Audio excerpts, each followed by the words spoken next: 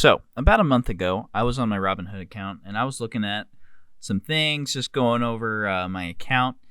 And I had the idea of, I'm already level 2 options trading, so I can buy calls, I can do cash secured puts, I can do a few things. But I want to get into what's called spreads and iron condors and some non-directional stuff.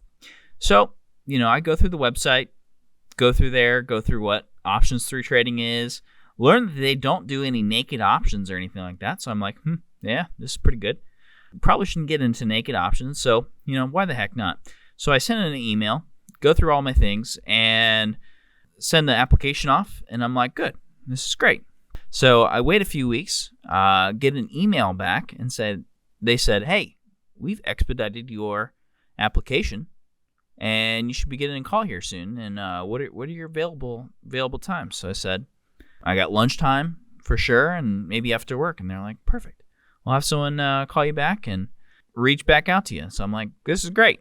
So I wait and wait and wait and wait again, wait some more, and I'm just there waiting. So eventually I get an email.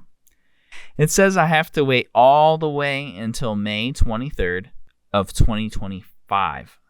Mind you, I look at this, I'm like, there's no way this is true. So, I look over it again, check the website, go through it again, like, yeah, you're going to have to wait till May 23rd. So I'm like, this isn't right. I need to see if I can appeal this. So I call, and they say, no, Mr. Campbell, you're, they did a manual review. You're going to have to wait until 2025. So sorry. This is when I began to dig a little deeper. So in digging deeper, I didn't find much, but I was reminded of a lot of things that I had seen in the past. So there was the whole GameStop where they had stopped trading because volume was so high and it was costing them a lot of money to do these trades. I had been reminded of what happened with one kid that was about 20 years old, that he had basically something went wrong in the app, and eventually he saw that he was negative $730,000. And these kind of things, there's a lot of negative PR. One other thing that I saw was there was this guy that was in his 30s. He had taken out a loan on his credit card, which is already a big no-no for me. It should be for everybody else, but whatever. He had taken out a loan on his credit card. I think he had lost that money in doing something. And then he also took out, 2 lines of credit on his house to be able to trade on Robinhood. So I guess he was successful for a while because he got up to about $1 million.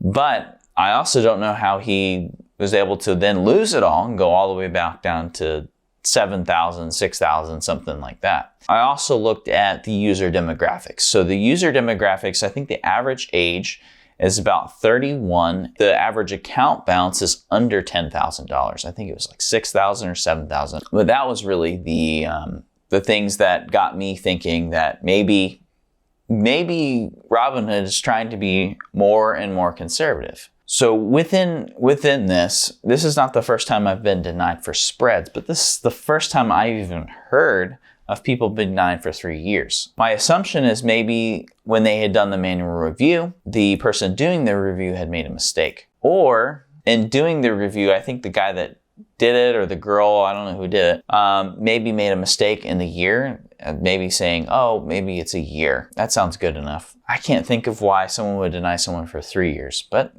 I called in, they said, no, this is correct. They did a manual review. So I have emailed it, and I'm still waiting to hear back for the email, but maybe they really are being conservative. They're trying to repair their image.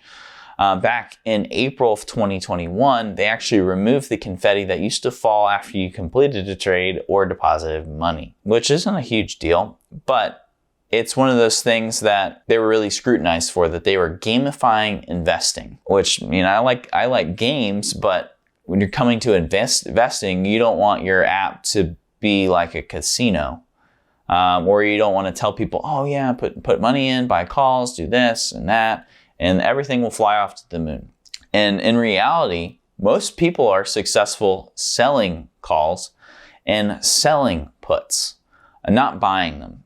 So majority of the time, you sell. I at least sell calls. It's very rare that I buy calls. The other day, I had actually bought some leaps, which are long expiration anticipation securities. So they've got like 1 or 2 years on them, usually, sometimes more, depending on the option or the security. But you basically pay for that time for it to be able to reach that price. I bought some leaps that were deep in the money, and I was like, I'm going to call Fidelity to try to figure out how to do some covered calls on it to make some money. So I called them. They said, oh yeah, you have to be approved for spreads. However, you have to have an account balance of $10,000, and it's probably why you've been denied. So I'm like, that makes a lot of sense. With Robinhood, I don't think you have to have a certain account balance. You just need to say you have a certain amount of experience. You can say you're an expert, that you've done it before, that you have all the knowledge in the world, and they'll be like, yeah, approved. Stamp it. It seems like they're getting away from that. We'll see. But one thing that's interesting is why maybe they're cleaning up their image for PR or whatever. So one of my thoughts is, I know the CEO of FTX bought a significant share stake in Robinhood. So with that being said, he said that he has no interest in buying out Robinhood, but maybe he hasn't gotten there yet. Maybe Robinhood is trying to court Mr. Siegmund-Fried to try to get him to eventually buy the platform. Speaking on the platform, I really enjoy how they do options on Robinhood, but I think it's the ease of access and the free flow of anyone and everyone can be approved for options trading. Maybe they're trying to get away from that. I don't know. That being said, I probably won't be using Robinhood for very much longer. I'll keep you guys updated if I can with this Robinhood stuff. Again, I'm still waiting on that email. I emailed them while I was making this video just to follow up with them and to try to get an actual response from someone that can actually dig into it. Figure out if it was a mistake or something else. But again, I'm probably going to be going to Thinkorswim. I already got fully approved or spreads.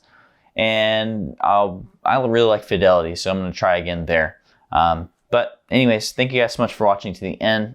If you guys want, please like, subscribe. Right now I'm at 90 subscribers, so I'm trying to get to 100. That's a big goal for me. Again, thank you guys again so much for watching to the end. If you have some thoughts on the video, leave them in the comments down below, and I will see you guys in the next one. Peace.